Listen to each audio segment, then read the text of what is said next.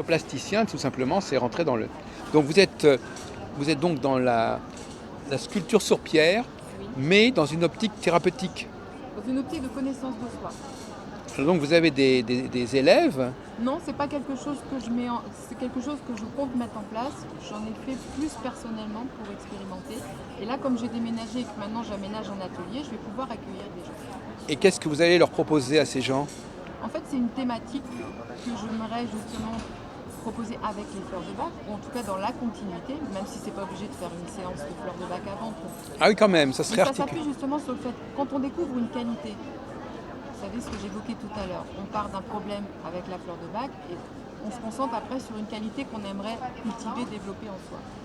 Ben, c'est pas si facile que ça.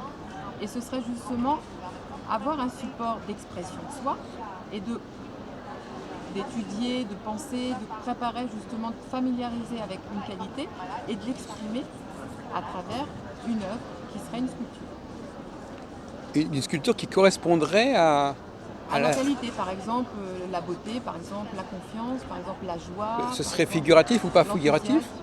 Peu importe, ça peut être figuratif, ça peut ne pas l'être. Moi, la technique de pierre que je pratique, en fait, on déshabille la pierre et après on lit des lignes de lecture. C'est quel genre de pierre? C'est une pierre qui est assez Une pierre facile, qu'on trouve, granitique, pierre de camp, Il faut enfin, quand même avoir des elle est matériaux, calcaire. il faut avoir des... quels sont les outils pour sculpter? C'est un poinçon à mailler, mais Ouais, c'est pas d'accord. du tungstène, c'est pas du marbre Non. non plus. Elle peut être dure ou sableuse. Pareil, c'est pas un hasard si votre pierre est très dure ou si elle est très sableuse. Ça correspond aussi quelque chose, parce que quand on choisit sa pierre, Ah, parce qu'on doit choisir sa pierre. ah ben oui, Ah, attendez, alors je sais pas quoi. Oui, en fait c'est une carrière et puis la personne elle sait ce qu'elle a envie de travailler on va pas dans la carrière quand même, et si? on va choisir une pierre. Ou moi j'ai des pierres et la personne parmi plusieurs pierres Ah choisit oui, sa donc pierre. voilà, on revient toujours à cette question du choix.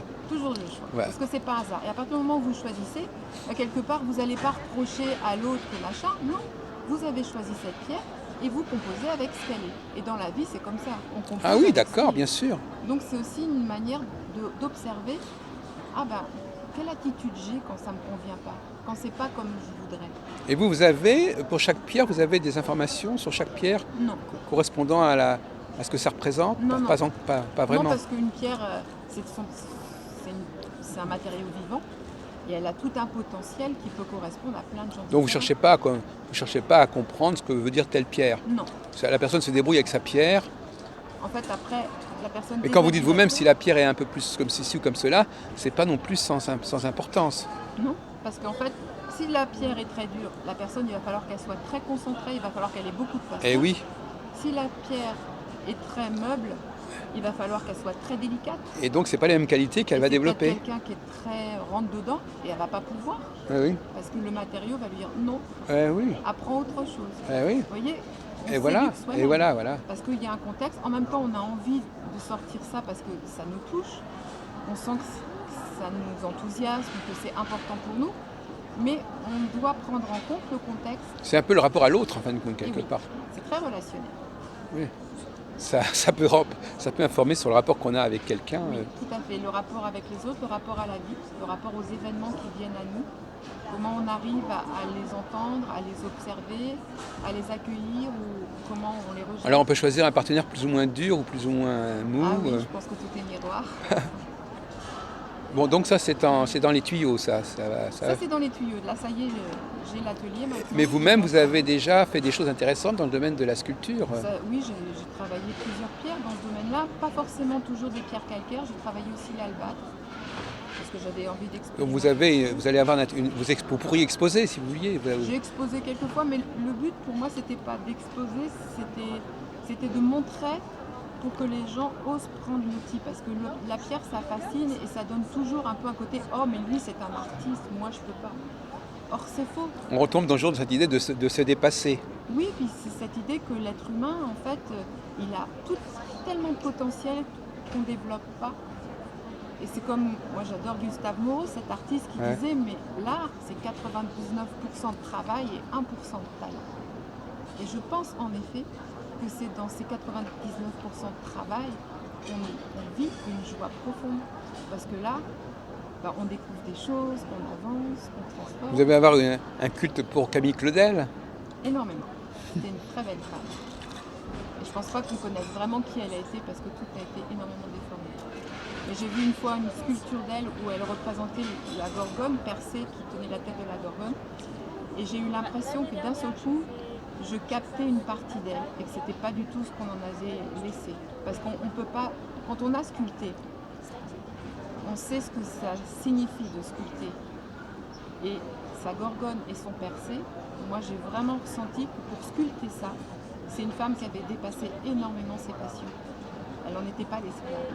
Elle n'aurait pas pu sculpter ça. Pour moi, c'était un vécu. Après, c'est personnel. Mais alors donc quelque part, si vous organisez par la suite des ateliers, il faudra quand même que vous ayez que les gens se retrouvent chez vous dans votre atelier Ah oui? et pour qu'on les coach correctement, enfin Ah bah oui, dans ce cas-là, moi j'accompagne les gens. pour leur donner le savoir-faire, la Oui, technique. parce que c'est un matériau, il faut savoir connaître certaines règles, le respecter, parce qu'il y a un fil de pierre.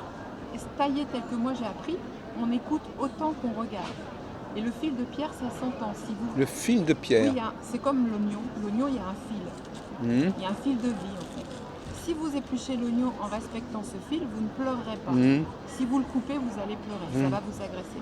Mais une pierre, si vous apprenez à écouter le son qu'elle émet, il y a un moment, ça va vous faire comme du métal. Là, vous savez que vous avez touché son fil et qu'il faut aller contre, mais pas le traverser. Sinon, l'acte que vous faites, il va être inscrit dans la pierre et peut-être 6 mois après, Vous allez la violer. faire quelque chose et elle va se casser. Ah oui. Alors que vous ne l'avez pas du tout malmené à ce moment-là. Non. Mais l'impact a résonné jusqu'au cœur.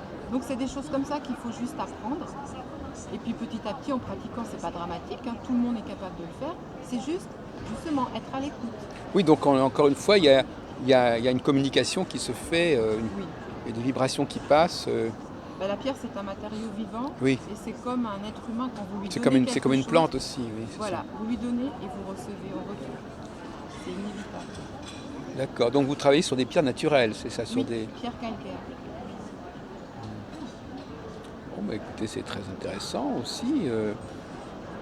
C'est une bonne application. Hein, c'est ça le concept d'art-thérapie en général. Enfin, quand on emploie ce terme-là, Mais il y a c'est- beaucoup de choses derrière ce terme-là. Moi, je ne Oui. suis pas forcément toujours en accord avec ce qui se passe. Mais c'est personnel. Disons que l'idée pour moi, c'est que la personne, elle n'est pas un art-thérapeute. C'est qu'elle est un ami qui l'accompagne et qu'elle devienne son propre thérapeute. oui, c'est un point que vous revenez constamment. Oui, parce que- Il faut se travailler avec soi-même et être autosuffisant, Oui. indépendant il Ça- faut avancer par soi-même. Voilà, savoir se comprendre, se regarder. Et puis après, ça n'empêche pas qu'on peut se faire aider quand on a du mal. Mais l'idée, c'est de rester vraiment dans cette autonomie. C'est vraiment important parce que sinon, la personne, elle va toujours se référer à quelqu'un pour s'appuyer sur l'autre. Et quand on s'appuie sur l'autre, on ne s'appuie pas sur soi. Et si on ne s'appuie pas sur soi, on ne peut pas ressentir la vie en soi. On est vide.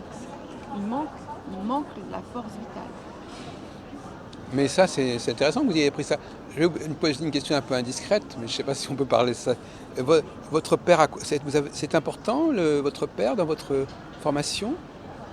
Mon père, Oui, mon papa, oui. mon père, euh, je Parce sais que j'ai l'impression que vous développez des valeurs moi, que je qualifie, qui sont un peu les valeurs que les pères confèrent. Enfin, c'est ma théorie. Hein.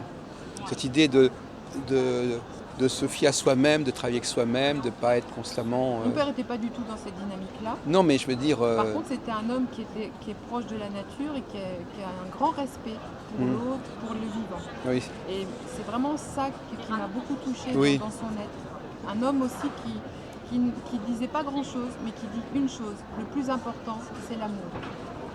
Si t'as pas l'amour, t'as rien. Donc cherche-le, trouve-le. Voilà. C'est pas un homme qui parle beaucoup, mais quand il parle, il dit des choses qui lui tiennent à cœur et ça m'a beaucoup marqué. oui, parce qu'effectivement, cette idée d'autonomie et d'ergonomie, en fin de compte aussi. Alors hein. il avait un côté rebelle, mais c'est pas quelqu'un qui a pu se réaliser dans sa vie. Et ça a été une grande souffrance. Oui, Il a fallu qu'il fasse un travail qu'il a appris à accepter, mais qu'il n'aimait Oui. pas. Et c'était un homme qui pourrait être journaliste, tellement il a une plume merveilleuse, qui ne s'est jamais estimé capable de ça. En tout cas, qui ne s'est pas donné les moyens. oui, Donc quelque part, il nous a peut-être transmis à ses enfants le fait de fais quelque chose que t'aimes, ne te laisse pas avoir. parce que lui, il n'avait pas pu faire ça. Oui, mais il y a aussi le fait que quand on se construit soi-même, quand on est tellement indépendant, on ne sait pas établir des relations avec le monde extérieur, si vous voulez. On est Parce que, coupé non, avec bah le oui, monde parce que extérieur. on n'attend rien des autres, Ah, puisqu'on attend tout de soi-même, donc on n'attend pas spécialement des autres. Donc on fait pas tellement, on ne prend pas tellement, on n'essaye pas de, de, de se faire aider par l'autre en fin de compte quelque part. non, mais moi j'aime bien, si vous voulez, pour moi, l'autre, c'est comme une facette, c'est comme un être. Déjà, c'est un être à part entière. Donc, moi, je m'intéresse énormément à l'être humain. J'aime l'être Ouais. humain. J'aime les enfants. J'aime comprendre l'autre. Mm. Parce que pour moi, un être humain, c'est quelqu'un de mystérieux, quelqu'un de profond. Et c'est jamais un hasard si je suis en relation avec quelqu'un. Donc, c'est pas parce que je n'ai pas besoin de lui que je vais pas m'intéresser à lui et créer des liens. Oui, Mais ça va être une autre manière, ça va être une autre relation. voilà, c'est ça, oui. Ça va être une relation plus de partage, de construction, de curiosité, d'échange. En tout cas, à partir du moment où vous êtes dans la sculpture, euh, vous donnez forcément à l'autre. Ah bah oui, parce que c'est pour lui, Oui, voilà. c'est pour que lui... Vous n'êtes pas consommatrice seulement de... Oui, Non, ça m'intéresse pas à consommer. oui. Moi, c'est un mot qui dénote vraiment...